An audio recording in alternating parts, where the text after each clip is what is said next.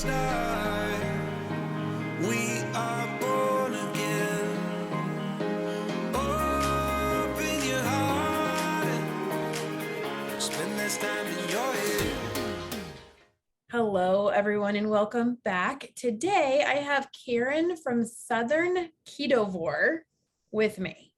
And I just met Karen. Like, we didn't know of each other. I did not know of her. We have not met. So this is literally our first meeting, and you guys get to watch almost all of it. So Karen, welcome. Thank you so much for coming on to talk with me today. Absolutely. Thank you for having me. Certainly. So I just want to start by having you tell your story, where you came from, why you're here, and then we'll pick out some tidbits from that and go from there. Okay, excellent. Well, I started, I guess I should start kind of with my medical history. I come from a family that is littered with all kinds of health disorders and issues and everything. It's like when you go to the doctor and you just check like every box, right, for family history. And I was maybe 19 when I was first diagnosed with reactive hypoglycemia. And then a couple years later with gestational diabetes. And so it just kind of became this thing with blood sugar. It was the constant, the looming thing. So after gestational diabetes, it was pre-diabetes, and that diagnosis was in 2012. After that, I stopped going to the doctor because, you know, when you stop going, like the problems disappear, right?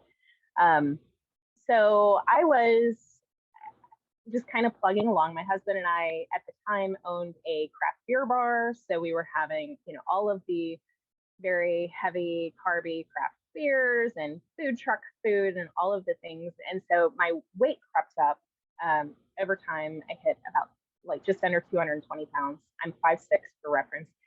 And I was feeling awful. I had constant gout flares.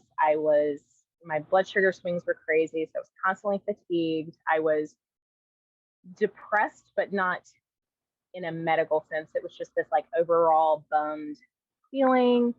And I happened to be kind of like chatting one day at work. One of our patrons at the bar was like, "Hey, you should look into keto." And this was in 2017. He had reversed his type 2 diabetes and gotten off of blood pressure medicines and different things. So that kind of started the ball rolling. So that was July 2017. And I started a couple weeks later. I guess I kind of like really dove in and did some research and everything before I jumped in. And immediately it was like all the lights went on, you know, very suddenly. I had very small transitional type symptoms, but the first couple of weeks, I was dropping like a pound a day. Just every day I would step on the scale and I'm like, what is happening? Like, this is not sustainable. I can't do this forever. And I remember, I think it was like the Keto Connect group on Facebook was the one that I was in. And I remember posting like, I don't know what to do with all this energy. Like, I've organized my pantries and I've organized my cabinets and like, I don't know what I'm going to do. What should I do? And I was really concerned with like all of this pent up, you know, this clarity and like, I have a new lease on life and I don't know what to do. So I continued that with doing keto, continued to lose weight, lost a total of about 45 pounds. I still have a little ways to go, but I'm kind of like taking my time with it now. But lost a good bit of weight. All of my crazy health issues eased up. My blood sugar normalized. All of my gout disappeared. My sleep issues and disturbances and chronic heartburn, everything was gone. And that has continued for a good while. This past fall, I decided to embark on a carnivore challenge and jumped into that and did, that was from the beginning of November until actually just about 3 weeks ago. And then I kind of transitioned back over into a ketovore type area, just with slow reintroduction of some different plant foods to see what I could tolerate well and see kind of where my happy place is. And that's kind of where I'm at now, is trying to stay in the happy place. Trying to stay in the happy place. I think so many of us are trying to find that happy place and stay in the happy place. So when you went carnivore, how did it go for you? Like, did you absolutely love it? Did it work for you? And then why did you decide to try to go ketovore? Why are you going back to ketovore? I actually found it pretty easy. I had done a couple of shorter challenges, like 3 and 5 day and a week long carnivore challenge here and there. And it really was supposed to just be a 1 month carnivore challenge. It's going to be the month of November. I recruited my sister-in-law to join me with it. She's keto also, and so she jumped in with me. And honestly, it got so easy because everyone else in my household kind of eats more of the standard American diet, so it became easier just to prepare meat, and that having to be the only thing that I did. So it was more that it was a mindless thing. But then as it progressed, and I kept going because of how convenient it was.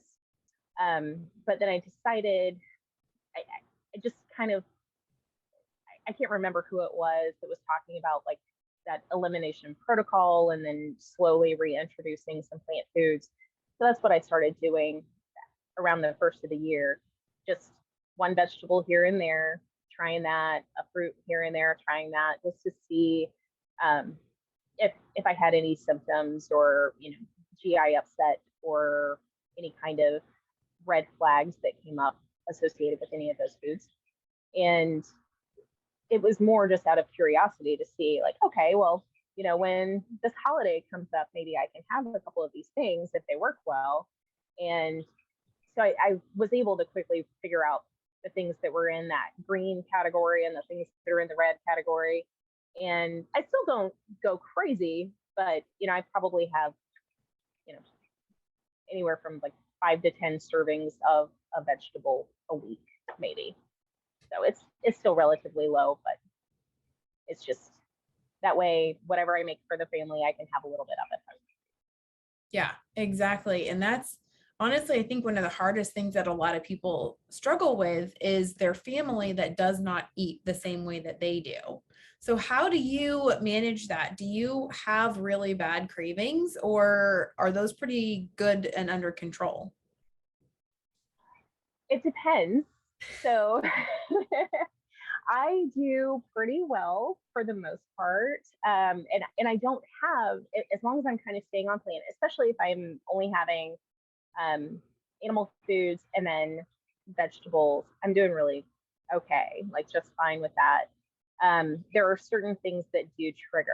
So if I have yogurt, even if it's like the super plain Fage yogurt, it triggers intense cravings for sweets, even if I eat it plain and not sweet.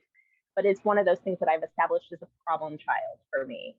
Same thing with fruit, even low carb fruits, your berries and everything. It's like if I have 2 strawberries, I'm fiending for like Twizzlers later. It's uncontrollable sugar cravings when I have those things. So even though they're a relatively safe food for most people, for me, I know that I can't handle the emotional impact that comes after them. So the family has those things, and most of them, like my teenagers, they keep them in their bedrooms, and like they have their own little snack stash, and that's cool. And my husband he doesn't do sweets at all. He likes like potato chips and things like that. So none of that stuff comes to me. It's the like honey buns and pastries and candy and that kind of thing that would draw me. When you were keto, did you ever do any of the keto replacements for those things? I did, and they did not work for me.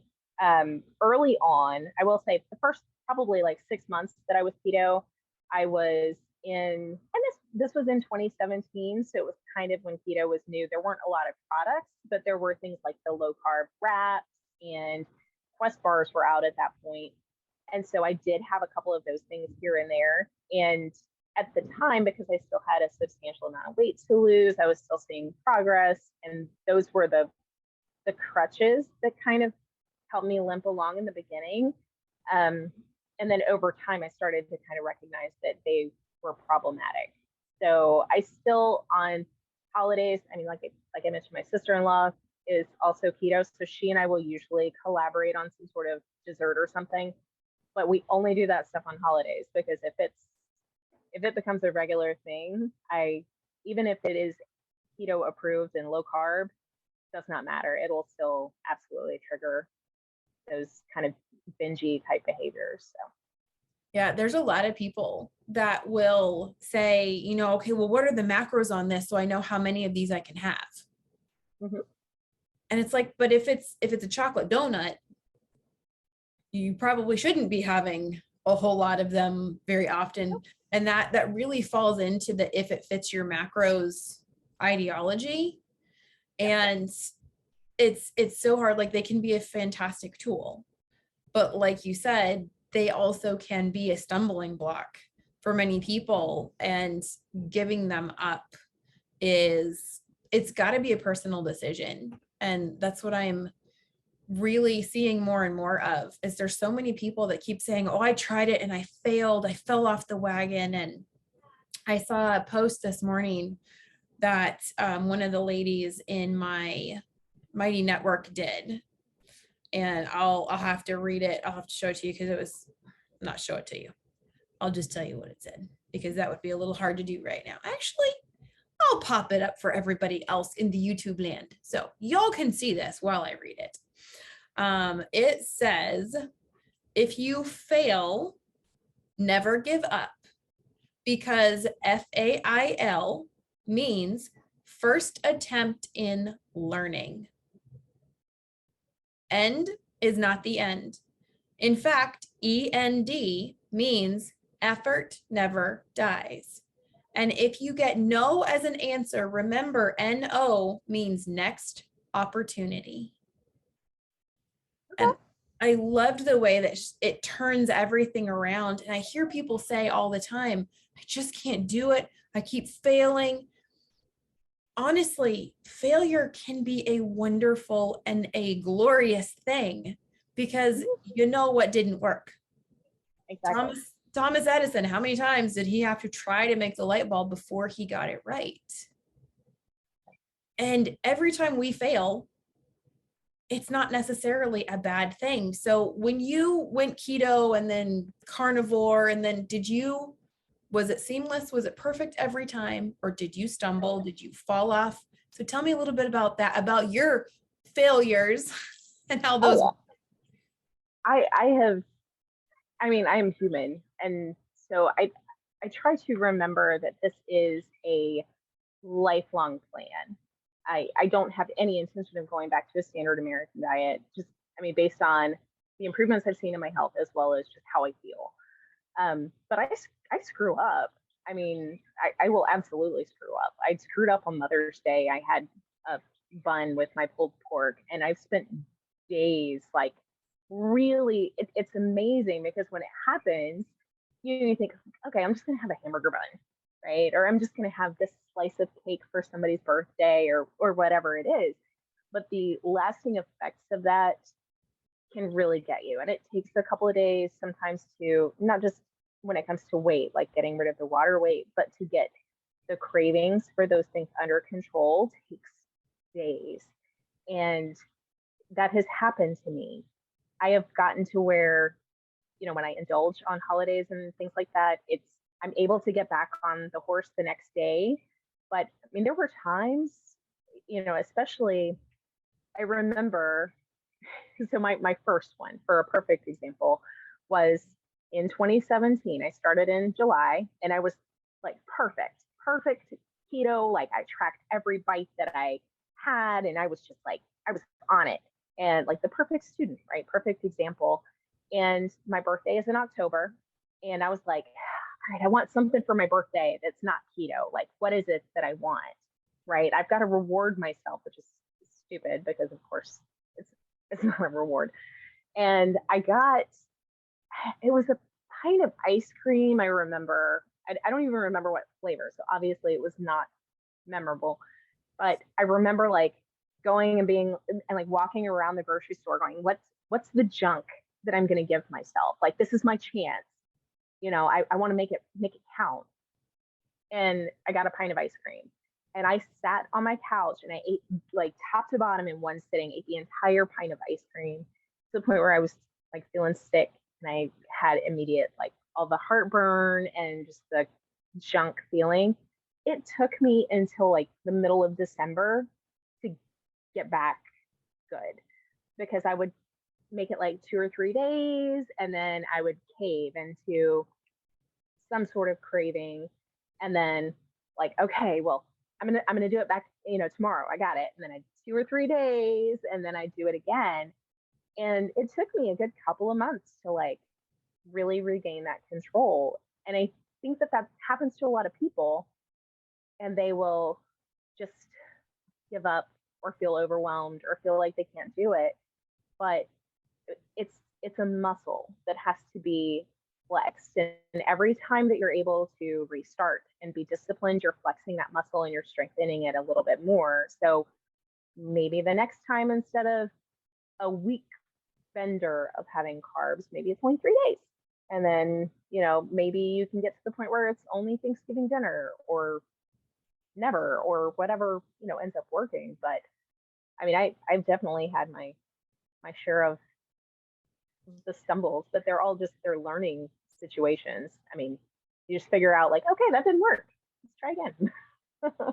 Yeah, so many people in this space, they're like, oh, I wish I wasn't the only one that struggles. Everybody struggles. Everybody. You only see the successes. I think with a lot of people, it's the highlight reel, and that's what you see all the time. And so you think that, I think a lot of people feel inadequate or feel like they're not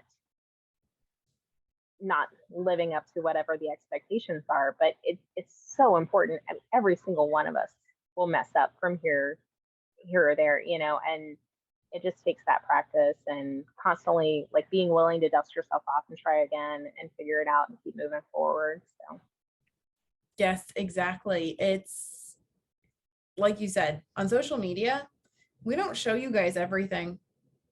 no.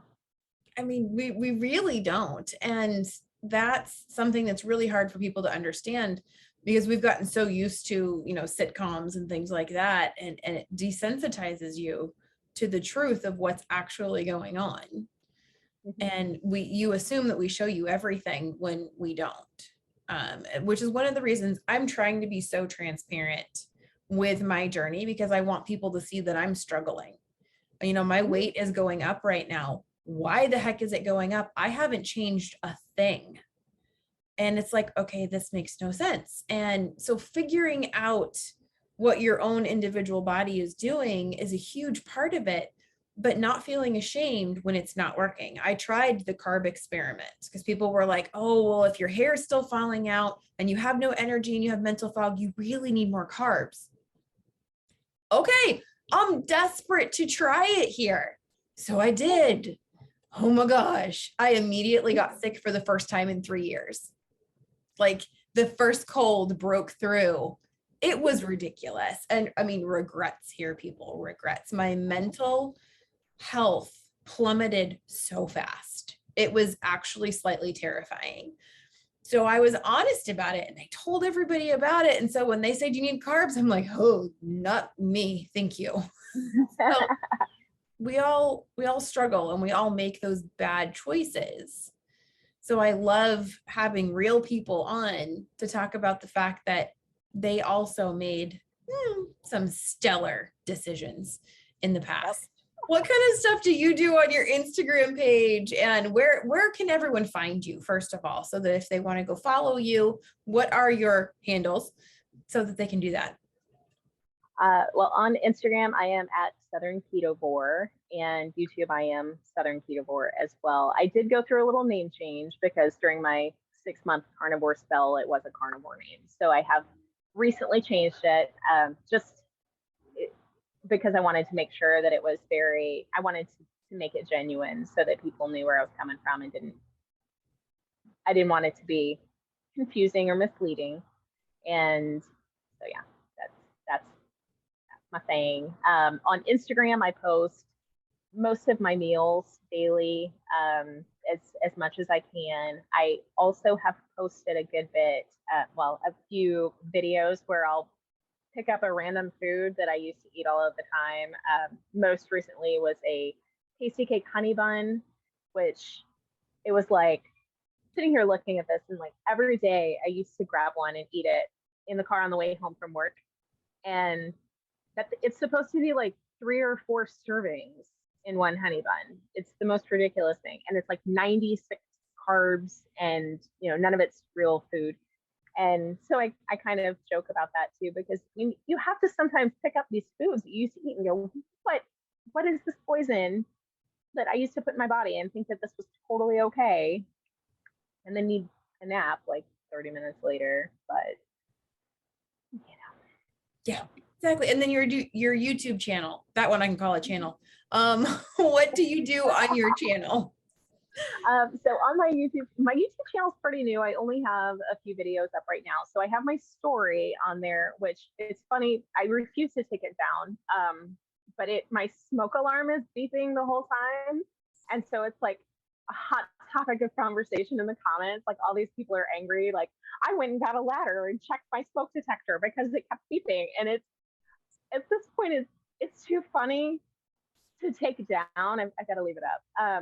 But I was so incredibly like petrified to get on camera for that video. So like my neck was splotchy and you could tell that I was just completely nervous. It was awful. So I probably should redo it at some point, but for right now. But I have a couple of what I eat in a day videos and a meal prep video. I want to spend some time on YouTube doing I want to kind of discuss things like the emotional connection to food and trying to overcome those hurdles when it comes to emotional eating and binge eating, as well as just discussing the confidence and the changes in how I feel emotionally as a result of the changes. So I want to dive more into kind of the mental health, emotional health side of it as well, in addition to the meal prep and what I eat in a day. This is why you are my people. Because I did the same thing. I was like, Tuesdays is going to be recipes, and then Saturdays is going to be a talking topic about mental health or just any other part of the see, she's my people. So anybody who is here and watching this and loves my channel, you need to go and subscribe to hers so that you can get like double the dose every single time we post, because why not? So what's funny, you brought up the fact that you had a name change, which I happen to be wearing my shirt right now, my Carnivore's Angel shirt. Everybody gets so confused because it's Carnivore's Angel, so they assume I'm a carnivore. And let me tell you, they are not hesitant to tell me that I'm doing it wrong. Of course they aren't. Because it says carnivore. And I have started explaining, well, actually, I'm the angel in the equation because it's carnivore''S. My husband at the time of the inception of this YouTube channel was the carnivore. And he honestly is still pretty darn carnivore. If you go by the definition, I think I got to find it, but there's a definition somewhere that says any animal that consumes more than 75% of its diet as meat is a carnivore. Yeah. So back off. But it's like, and I thought about it for a minute, I really regretted having the word carnivore in my title because I got those confusions and, the condemnation because I'm not doing it right. And I told my husband, I was like, darn it, I really wish that we could change it, but we've already applied for the LLC. We've already, we're trying to get my trademark all done. And he goes, I'm not sorry at all. He goes, I'm so tired of the dogma in this space. I want to be the people who are not dogmatic, who even if I am going to be a super strict carnivore because of my health problems, I'm allowed to do whatever I want to do. And you are allowed to do whatever you want to do. And I'm not going to judge you, so I can be a carnivore that is forgiving and understanding. And I was like, you're right. I love it. I agree with that. So I'm ketovore right now, is where I feel the best. Carnivore, I did not do well when I was carnivore.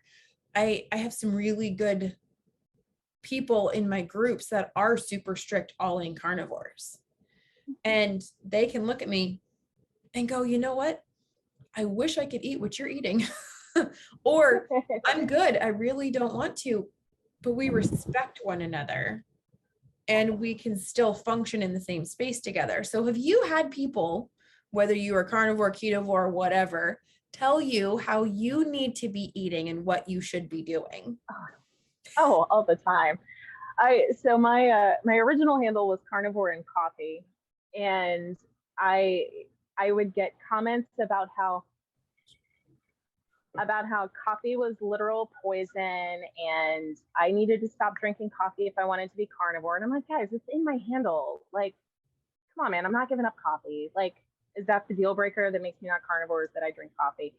And then I had a guy on my very first What I Eat in a Day video tell me that I wasn't carnivore because I only ate muscle meat and eggs, and that if I wasn't eating organ meat, I wasn't carnivore. And I'm like, man, you do you. Like, I don't understand why you gotta, like, I feel like, and I do, I've gotten it a lot. I feel like now that I've shifted the name, I get a little less grief over it. But 5 years in the space total, I've seen so much of it. And I have a problem with it because at this point, I'm a veteran. I've been doing this for a long time. So I know what works for me. I know that. But there are so many people who are coming to this space that are desperate to make some sort of change in their lives, whether it's for their mental health or their overall health, or to lose weight or whatever it is, that are, searching for keto or searching for carnivore. And they may see something or post something, and then these people just attack them. And what that does is it immediately discourages them, and they feel out of place, and they feel like they aren't suited for it, or like they can't fit in, or like, well, I won't be able to do it the way that I'm supposed to according to this guy on the internet. And it sucks because there are so many opportunities for these people to improve their lives, and they're being turned away by judgmental people who are way too critical or way too dogmatic about what you should or shouldn't be doing or consuming. So it's a hot topic. It really is. I'm gonna get some shirts made up. I think I might go. I have a Teespring store, and I think I need to go in there and I need to make up these shirts. Progress over perfection. Mm-hmm. Because let's be real, nobody is ever going to be perfect. Even if you are putting every bite of food that goes into your mouth is the right blend of muscle meat and organ meats and fats, and whether or not you're doing salt or anything else, you walk outside, you're already screwed. Because the pollution that you just inhaled just undid some of that. If the water that you're drinking is not perfect, the pillow and the mattress that you're sleeping on are constantly giving you bromide, the fire retardant is flooding your system. You're never going to be perfect. And I'm pretty sure that your poop probably still stinks too. Bingo. So I'm hoping, and I kind of wonder if one of the reasons that these people are so super critical is because they still have these barriers and these issues with themselves, and they wish they could do what the other person is doing, and they're jealous that the other person is able to have these things. And that's why they said, well, you shouldn't do that. Well, maybe you shouldn't do it, but last time I checked, I am not you. Yep. So I just kind of wonder if that's part of it, is the jealousy aspect. I think so. And I'll say that for this reason. Not long ago, I apologized to someone on YouTube in the comments because I was like, man, I feel like this is a thing I used to do. Like in my early days of keto, when I first like shifted from the kind of like net carb, more dirty, relaxed keto to a more strict version where I was like only eating whole foods and I was counting my total carbs and everything. I wasn't like straight up keto police, but I was very like, you shouldn't eat those low carb wraps. Those aren't good for you. Like those still have wheat, and wheat is a grain, and you're not supposed to have grains. And so I was that person. And so like in retrospect, I'm like, guys, I'm sorry. Like, yeah. But I recognize though that it took me a while, but I recognize that, like for instance, my husband, he's done keto with me before. He has no insulin resistance. He's metabolically healthy. He can do those low carb wraps like for every single meal of the day, and his blood sugar doesn't budge and everything's great. That's awesome. Like if you can do that, super cool. But at the time, was I probably jealous? Yeah, I wanted a wrap, you know. I wanted to have a quesadilla, you know, but I think that you're right. I think that it probably is part a little bit of that jealousy, or just not acknowledging the fact that everybody's situation and biology is a little bit different. And sometimes you have to face that harsh realization that you've been wrong. Oh my gosh. Hopefully I'm so happy that you said that. Like that is 100,000% so true. For if you are a person that didn't do that, then you deserve a medal or something, because I did the same thing. I would go onto Facebook and I would see these people and I would think, oh, wee lamb, you don't know what you're doing. Let me educate you. Yep. So I've been doing this longer. Surely I know better. Like this, I couldn't have those. So you should knock them out too. So get people started on dairy. Oh my gosh, all the things. We're not going to touch dairy right now because I'm not allowed. I'm dairy free right now. So we're going to keep the conversation dairy free as well. No, I'm just kidding. So, but it's so true. And it's so funny because I used to think that I was saving them. And so everyone who comes onto my channel and tells me what I should and shouldn't do, I just kind of have to giggle, because it's like, y'all, yes, I understand. You'll come around eventually. That's like, I just have to either that or find a hobby, like pick up some crocheting or something. Like just find something else to do with your time. Yes, I know. I'm gonna go on YouTube and yell at you. Yes, it's like I know that you mean the best. And I really don't think that most people are doing it to be a negative person or to be controlling. But treating other people in this space as adults, that concept seems to have been lost. Yep. We treat them like our children. Mm-hmm. You know, oh, I'm older, I'm a veteran, I understand what you don't. I'm going to tell you, like you said, if I could eat the wraps, if I could eat a regular freaking tortilla, I would. Yep. So, you know what? Maybe the internal, like there's this saying that my husband and I have. The thing that bothers you the most about someone else is generally what you are guilty of yourself. Yeah. And that hurts, because the things that your kids do that drive you up the flippin' wall, if you really kind of look at it, you realize you do the same thing. And my husband and I are always doing that. Like he'll get so frustrated with one of the kids and I'll be like, you mean kind of like I did earlier? And that's why it ticked me off so much. And he's like, yeah. No, he's like, yeah, I just did it too, huh? I'm like, yeah. So I think what bothers us the most about other people is because we did it. That's probably why when people do it to me, I'm just like, been there, done that. I guess this is payback. Yep, probably. Oh my gosh. That's okay. I'll take it. Yep. It's fine. I dished it out, so it's only fair. But okay. Well, that was a fantastic interview with you. I'm so glad that you came on and we got to hang out and chat. I just put up the dogma video and I just thought it would be so fabulous to have you come on here, because I know you are very anti-dogma as well. And we just want to be real people and support real people, no matter what that looks like for them. So I encourage you guys to go and check out Karen and all of her platforms and channels and pages and all of that. And we will see you guys out there in the world of the YouTubes and Instagram. So thanks so much, guys, for coming and hanging out with us today. We'll see you later. Thanks for having me. Oh my gosh. So what do you do on your, what's it called? YouTube? No, Instagram, on your, what's it called? I'm trying to call it a channel. It's not a channel. What's it called? My handle page. Page. There we go. Your Instagram page. Recording again. But I think that it's not just like I've had those minor failures, right? And the minor ones have been, I would share, mine's just coffee. Mine has dairy, you can't have that. But in 2019, I had probably my worst fail.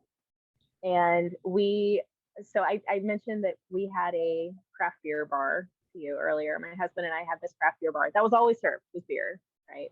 And I had gotten to where I had strictly avoided beer just because of all the carbs. I'd shifted over to like really dry wines, which is still, if I imbibe anything now, that's what I have. And so, it was kind of torture, right? Running this bar. Well, in 2019, our lease was up. Everything was kind of, in the downward slope. So we decided to close. And I mean to tell you, like, I went completely off the rails, like back to all of the junk, all of like, I ate and drank my feelings, not like drink, but like, I'm going to have these fancy craft beers. We have so many, like, I'm going to indulge. And I mean, you talk about like someone gets like a Mick Ultra and it's like 2 grams of carbs or something like that. A craft beer, it's like 18 in one, like super high. And so that 45 pounds that I lost up to that point, I regained like 25 of it over the course of like 4 months. And just by going back to beer and absolute junk food, I completely disregarded everything I learned and was like, I can do it again. It's fine, and just ate all the stuff.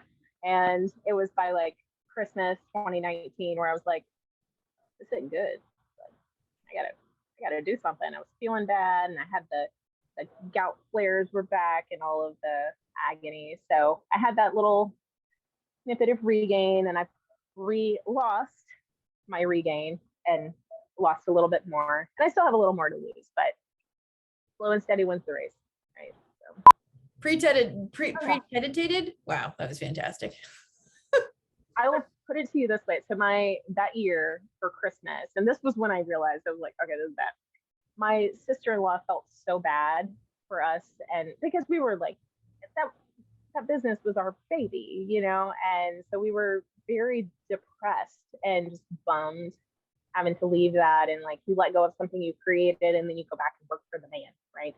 And so my sister-in-law at Christmas that year, her gift to us was a wine box, like a case of wine, but she had done each of the 12 sections of this case with different booze. So it was like one is Bailey's and one is champagne and one was some fancy aged beer, and each one had like a little card on the top that had the date that we were supposed to consume it and like whatever the meaning was behind each one. And so sitting there, I was like, this is a lot of booze, number one, that we're supposed to finish between Christmas and New Year's, which is how she had like staggered them. And then so it was like thinking about the amount of booze, thinking about the amount of carbs and everything. I was like, honey, we're going to put on like 15 pounds each between now and New Year's if we don't figure this out. And so that was when I jumped back in, was Christmas 2019. I was like, yeah, okay, I got to go back. I got to go back. I can't keep doing. Oh my gosh. I know sometimes family means so well. It was a super cute gift. It's like, if I do this in the 12 days that you intend for me to do it, I'm going to have alcohol poisoning. Like,